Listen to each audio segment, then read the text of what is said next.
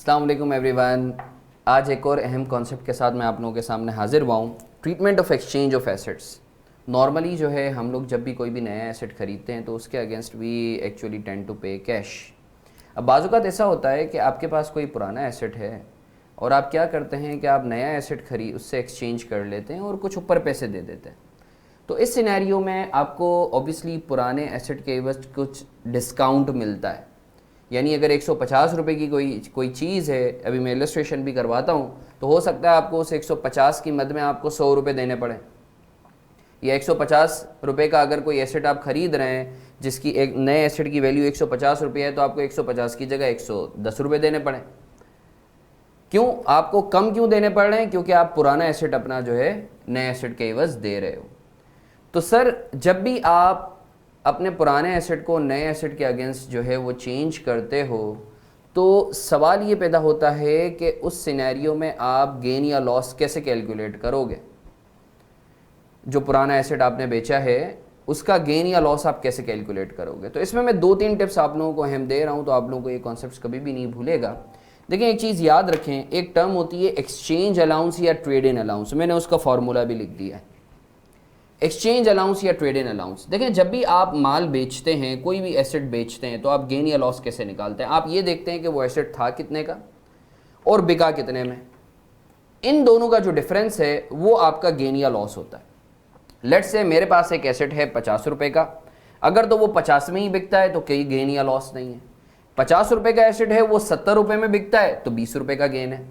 50 रुपये का, अच्छा जब मैं बोल रहा हूँ एसेट कितने का, तो I am talking about the book value, not the cost. Book value की बात कर रहा हूं, जो आज उसकी वैल्यू है। एक एसेट है 50 रुपये का, बिक रहा है 40 रुपये में, तो 10 रुपये का जो है गेन है।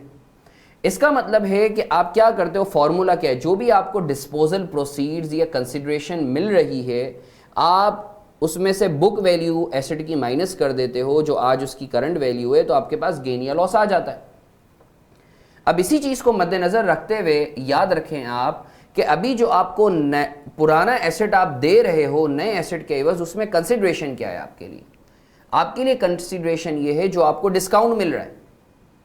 अगर लेट्स से मैं बोलता हूं कि एक नया एसेट जो है 150 रुपये का है, अब आपको 150 की चीज़ के एवज आपको सिर्फ देने पड़ रहे हैं 100 रुपये, तो आपको ये जो 50 रुपये का डिस्काउंट मिला है, जिसको मैं एक्सचेंज अलाउंस बोलूँ या ट्रेड इन अलाउंस बोलूँ, वो क्यों मिला है? पुराने एसेट की वजह से। इसका मतलब है पुराने एसेट के एवज जो आपको कंसिडरेशन मिल रही है वो 50 रुपये मिल रही है। एक और एग्जांपल, अगर एक एसेट आप नया खरीदते हो 150 का, 150 रुपये वाला, मगर आपको देने पड़ते हैं लेट्स से 120 रुपये, तो आपको ये जो 30 रुपये का डिस्काउंट मिल रहा है ये पुराने एसेट के एवज मिल रहा है। इट मीन्स पुराने एसेट को जो आपने दिया है उसकी कंसिडरेशन या उसके एवज डिस्काउंट या उसके एवज एक्सचेंज अलाउंस या उसके एवज ट्रेड इन अलाउंस आपको 30 रुपये का मिल रहा है। तो आई एम श्योर आपको जो है एक्सचेंज अलाउंस और ट्रेड इन अलाउंस, या जिसको हम डिस्काउंट भी बोलते हैं पुराने एसेट के एवज, उसका कॉन्सेप्ट क्लियर है। उसका फॉर्मूला मैंने यहाँ लिखवा भी दिया है, price of new asset minus जितना आपको कैश पे करना पड़ा है, उन दोनों का डिफरेंस एक्सचेंज अलाउंस होगा। अब दूसरी चीज, एक्सचेंज अलाउंस आपको याद हो गया। याद रखें, जब भी एक्सचेंज का केस होता है तो आप पुराने एसेट के ऊपर गेन या लॉस निकालने के लिए जो कंसिडरेशन लेते हैं वो एक्सचेंज अलाउंस को लेते हैं। इट मीन्स जब भी आप पुराना एसेट बेच रहे हो नए के एवज, तो आपने क्या करना है, गेन या लॉस ऑन पुराना एसेट या ओल्ड एसेट निकालने के लिए जो भी एक्सचेंज अलाउंस हो उसको कंसिडरेशन आपने ले लेना है, और जो भी बुक वैल्यू हो उसमें से आपने दोनों का डिफरेंस ले लेना है। तो you would get either the gain और लॉस और नो गेन और नो लॉस। आई होप इस कॉन्सेप्ट को आपको क्लियर है। अब क्विकली एक एग्जांपल कर लेते हैं, तो इंशाल्लाह ये आप लोग ये कॉन्सेप्ट कभी भी नहीं भूलेंगे। लेट्स से मेरे पास एक एसेट है जिसकी बुक वैल्यू है 80, मतलब कॉस्ट में बता देता हूँ 100 रुपये की है, एक्यूमुलेटेड डेप्रिसिएशन है 20 रुपये का, तो नेट बेसिस पे कॉस्ट माइनस एक्यूमुलेटेड डेप्रिसिएशन 80 की बुक वैल्यू आ गई। अब मुझे नया एसेट खरीदना है जिसकी वैल्यू है 150 रुपया। अब हुआ क्या कि मैं नया एसेट खरीद रहा हूं पुराना एसेट देकर, तो अब 3 सिनेरियोज मैंने बता दिए कि पहले केस में मैं 70 रुपये पे कर रहा हूं, 150 रुपये की चीज़ के लिए 70 रुपये पे कर रहा हूं। इट मीन्स जो मुझे एक तरीके से एक्सचेंज अलाउंस मिल रहा है या ट्रेड इन अलाउंस मिल रहा है अगेंस्ट द ओल्ड एसेट, पहले केस में 150 माइनस 70 80 रुपये का मिल रहा है। केस 2 में मैं 150 रुपए के एवज में 50 रुपए दे रहा हूं, तो मुझे 100 रुपए का ट्रेड इन अलाउंस या एक्सचेंज अलाउंस मिल रहा है। इसी तरीके से केस 3 में मैं 150 रुपए के एसेट के एवज में 100 रुपए दे रहा हूं, मतलब मुझे एक्सचेंज अलाउंस कितना मिल रहा है, 50 रुपया। ठीक है, अब क्विकली एक वर्किंग हम कर लेते हैं ओल्ड एसेट का ऊपर जो गेन या लॉस है, फिर नए एसेट की हम और ओल्ड एसेट के डिस्पोजल की एंट्री पास कर लेंगे। पहले केस में जैसा कि अभी हमने डिस्कस किया, डिस्पोजल प्रोसीड कितनी है, 80 रुपया। ये डिस्पोजल प्रोसीड्स किस चीज़ की है, जो पुराना एसेट आपका जा रहा है। और याद रखिएगा एक्सचेंज के केस में जो डिस्पोजल प्रोसीड्स होती हैं वो आपका डिस्काउंट होता है जो आपको नए एसेट के ऊपर मिल रहा होता है, क्योंकि वो डिस्काउंट किस वजह से मिल रहा है, पुराने एसेट की वजह से। सर 150 रुपए का नया एसेट था, 70 रुपए आपको देने पड़ रहे हैं, तो पुराने एसेट की वजह से आपको जो है डिस्काउंट या एक्सचेंज अलाउंस कितने का मिल रहा है, 80 का।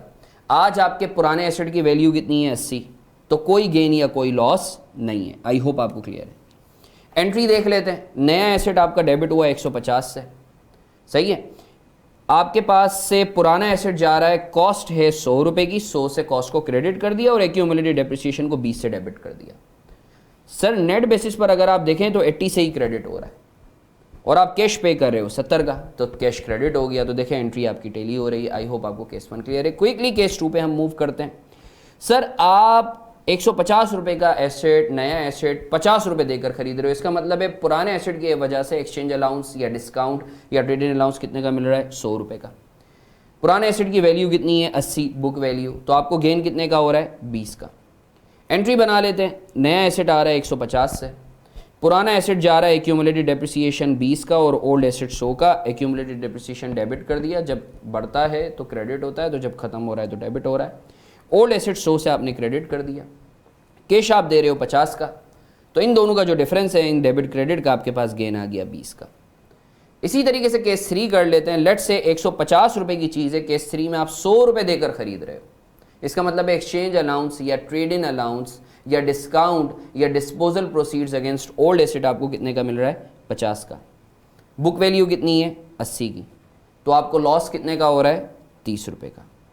एंट्री पास कर लेते हैं, नया एसेट आपका 150 से आ रहा है, पुराना एसेट आपका एक्यूमुलेटेड डेप्रिसिएशन और ओल्ड एसेट आपका एक्यूमुलेटेड डेप्रिसिएशन आपका डेबिट होगा, ओल्ड एसेट आपका क्रेडिट होगा 100 से, कैश आप पे कर रहे हो 100 से, तो इन दोनों का डिफरेंस जो है डेबिट क्रेडिट का आपका लॉस बुक हो रहा है पुराने एसेट पर 30 रुपए का। तो आई होप आपको एक्सचेंज ऑफ एसेट्स के केस में गेन और loss on disposal of old asset और न्यू एसेट की एंट्री क्या पास होगी वो क्लियर है। Thank you.